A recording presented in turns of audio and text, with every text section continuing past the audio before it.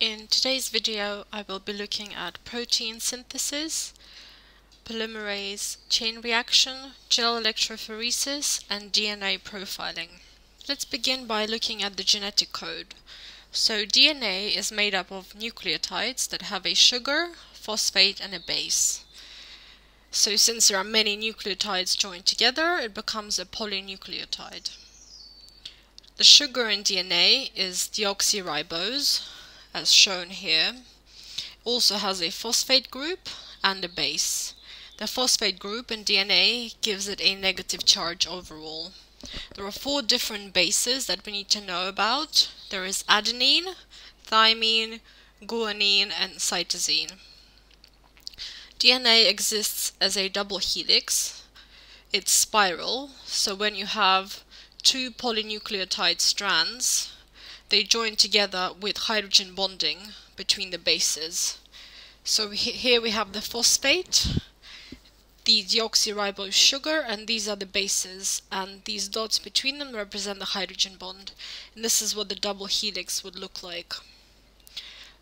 We have to remember that one base can only join with a particular partner, and this is referred to as complementary base pairing.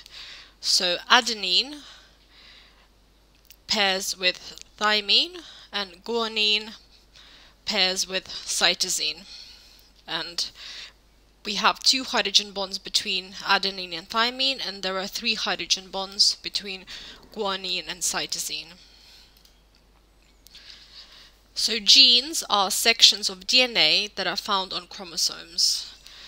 So here I have a cell. Inside the cell there is an organelle called the nucleus, and inside the nucleus we find chromosomes. So if we zoom in on a chromosome, we can see the double helix of the DNA, and one region of the double helix is known as the gene.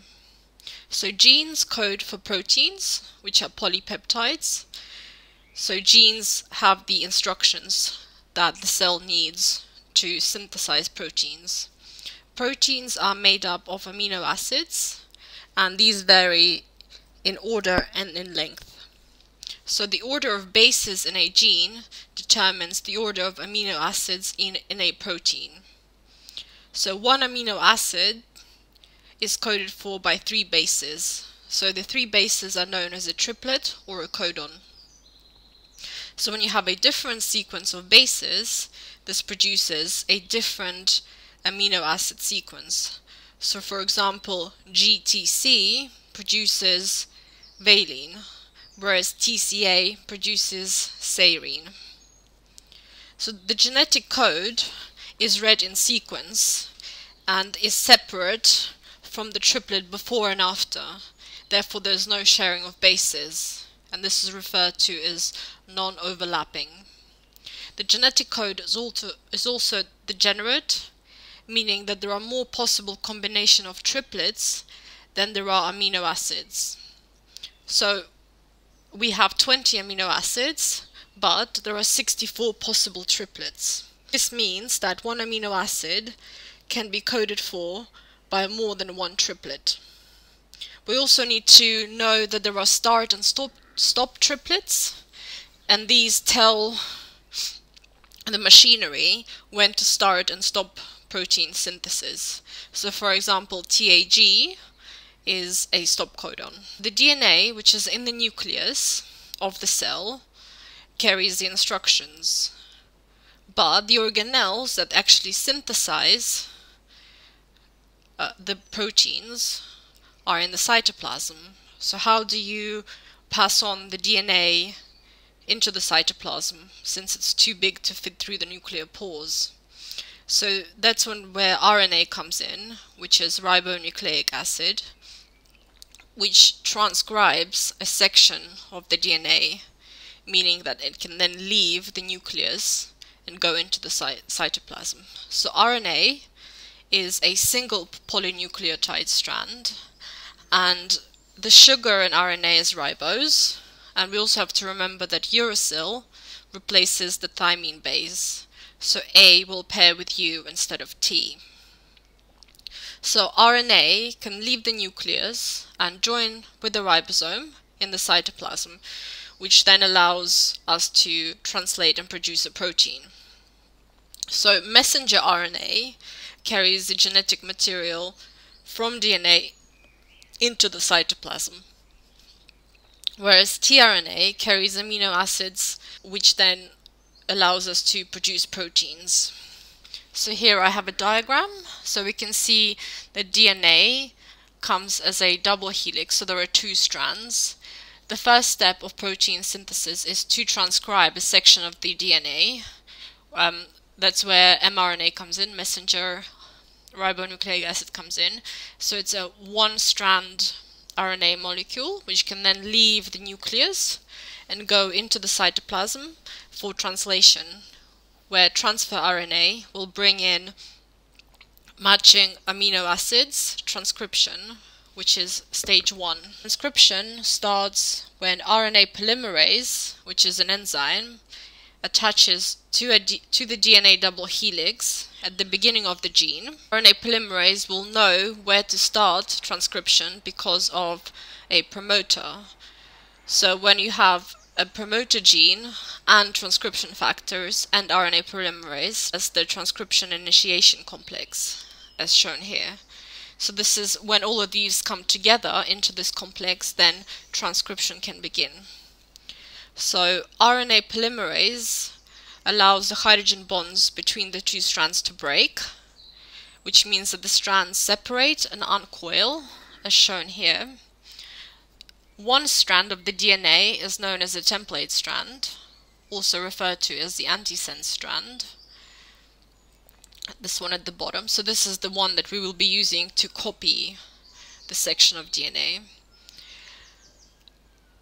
As polymerase moves downstream, unwinding the DNA and elongating the RNA transcript, free RNA nucleotides base pair by complementary base pairing. So the growing mRNA is the exact reverse copy of DNA, and this stage is known as elongation. So once this complex passes through and the RNA transcript is generated, behind the complex the hydrogen bonds reform, and this allows for the DNA to recoil. The termination step is reached when a stop codon is read, which then allows the messenger RNA to detach, and the DNA double helix is reformed with all the hydrogen bonds. Before the messenger RNA can leave the nucleus, there are some modifications that need to be made. So two of these that we need to know about are the mRNA ends, which are altered, and also RNA splicing.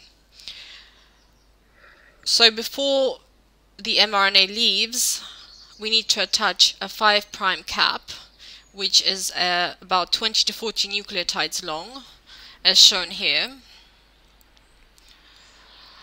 We also need to add a 3' poly A tail, as shown here, which contains between 50 to 250 A nucleotides, so adenine nucleotides.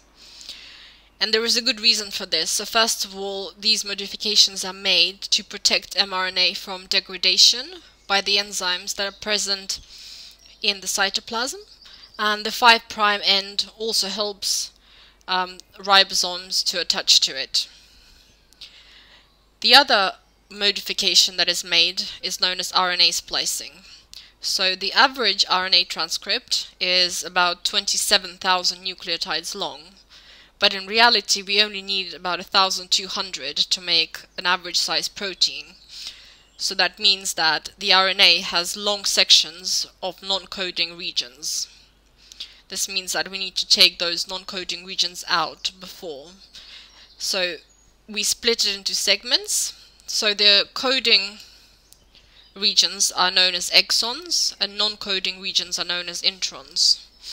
To remember this, if you think of exons as leaving, so they're exiting the cell, meaning that they're the ones that we need. Therefore, exons leave to go to the cytoplasm to be translated. and introns are cut out and exons are left, which then exit into the cytoplasm. And this is done by organelles which are known as small nuclear ribonucleoproteins, or SNRPs for short. So these join with other proteins to create the spliceosome, and the spliceosome is responsible for releasing introns and joining exons together. So here is a diagram of the mRNA before splicing. We can see the exons in red and introns in pink. And after the introns are cut out and exons are spliced together, we have the 5 cap and the poly A tail, and in the middle we only have the coding segment. So only the exons will be responsible for the protein. Stage 2 is known as translation. So after splicing of the mRNA, it can then leave the nucleus through the nuclear pore and go into the cytoplasm, where it can be read to produce protein. So first, the mRNA attaches to a ribosome, and tRNA carries amino acids to the ribosome. So here in red we have the messenger RNA, so which has the instructions. This represents the ribosome, and this is the transfer RNA, which has amino acids which correspond to the codon on the mRNA. So the tRNA has anticodons, which is complementary to the first codon on the mRNA. So they attach by complementary base pairing.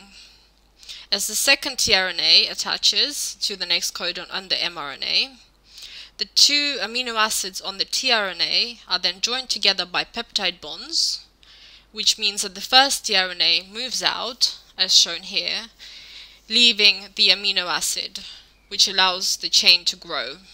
So then the third tRNA binds to the next codon on the mRNA, and the amino acid then binds to the first 2, elongating it, which allows the second tRNA to move out.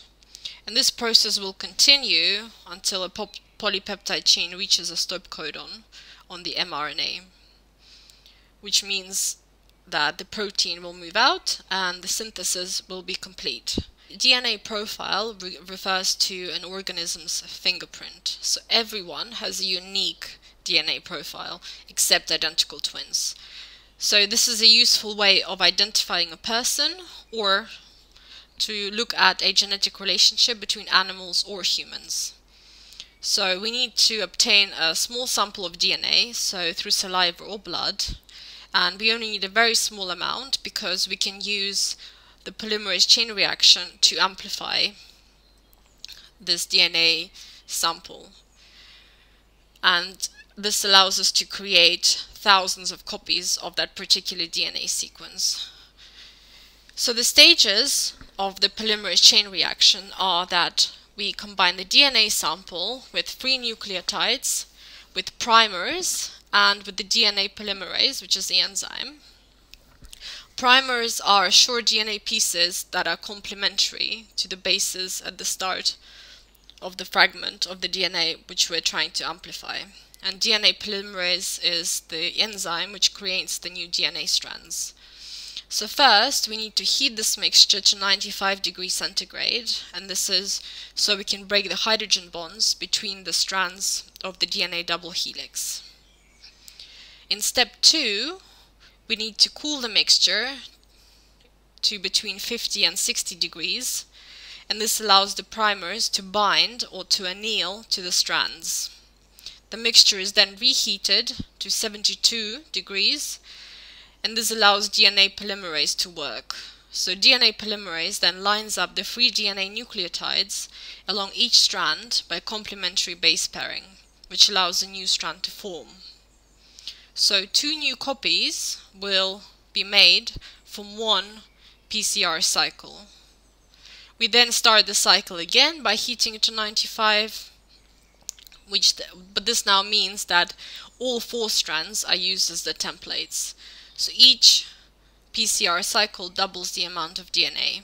So first we heat to 94 degrees centigrade to denature the DNA so the hydrogen bonds can break and the two DNA strands can come apart. We then cool it down to 68, which allows the primers to form hydrogen bonds with the ends of the target sequence. And then in the third stage, which is elongation, at about 72 degrees, DNA polymerase then adds 3 nucleotides to the 3' end of each primer. So from one piece of DNA that we started off with, in one complete cycle we get 4 copies. And we can keep repeating the cycle depending on the number of copies that we want to make. We then can use a technique known as gel electrophoresis. First, we need to add a fluorescent tag so that all DNA fragments can be viewed under ultraviolet light. Electrophoresis, or gel electrophoresis, so electro stands for electricity and phoresis stands for migration. And this is a technique that allows us to separate the DNA fragments according to their length. So first, the DNA is placed on gel, and the gel is usually a polysaccharide, such as agarose, and we then cover it in a buffer solution. The buffer solution conducts electricity. So then when we pass current through the gel, because DNA is negatively charged because of the phosphate group, it will move towards the positive electrode. Shorter fragments will move faster and travel further, which allows us to separate according to length. So agarose fibers impede longer molecules, meaning that longer DNA fragments will take longer to travel and they will not travel as far. We can then view this under UV light, and the DNA will appear as bands, which gives us the DNA profile, which is shown here. So these bands represent the different DNA fragments. We can then compare the different DNA profiles to identify relationships. And here is a diagram of what the apparatus would look like. So inside is the gel, we have the cathode and the anode here. So when we put the DNA molecules here and apply electricity, they will move towards the anode, which is positive, which will create this pattern. So longer molecules will be lower down, whereas shorter molecules can travel faster, so they will be higher up. So what do we use DNA profiling for? Well, it can be used in forensic science. It can also be used to determine genetic relationship in humans, or for the use in animal breeding. So in forensic science, different samples from a crime scene can be compared with possible suspect DNA. So the DNA is isolated from all the collected samples, so from the crime scene and the suspects. We then amplify each sample with PCR. The PCR products then undergo gel electrophoresis, and once we have the DNA profile, we can then compare. So here, for example, I have a profile from the crime scene, and we've got 3 suspects. So if we compare suspect 1, we can see that there are some similarities, but not when compared to suspect 2. A lot of the bands match, which means that the crime scene DNA matches that of suspect 2. We can also use DNA profiling when determining genetic relationships in humans. So we know that we inherit half of our DNA from each parent. So the more bands that match, the more closely related we are, and this can be used in paternity testing to determine who the biological father of a child is. So here I've got the DNA profile of a mother. This is the child, and these are the 2 males. So as we can see, male 1 matches much more than male 2. Therefore, we can conclude that male 1 is the biological father of this child. And DNA profiling can also be used to prevent inbreeding. And inbreeding decreases the gene pool, which can cause many health problems. So we can analyze DNA profiles of different animals to see if they're very So if their DNA profiles match very closely, they should not be breeding. An alternative should be found, so in order to prevent health problems. I hope you found this video useful. Thank you very much for listening.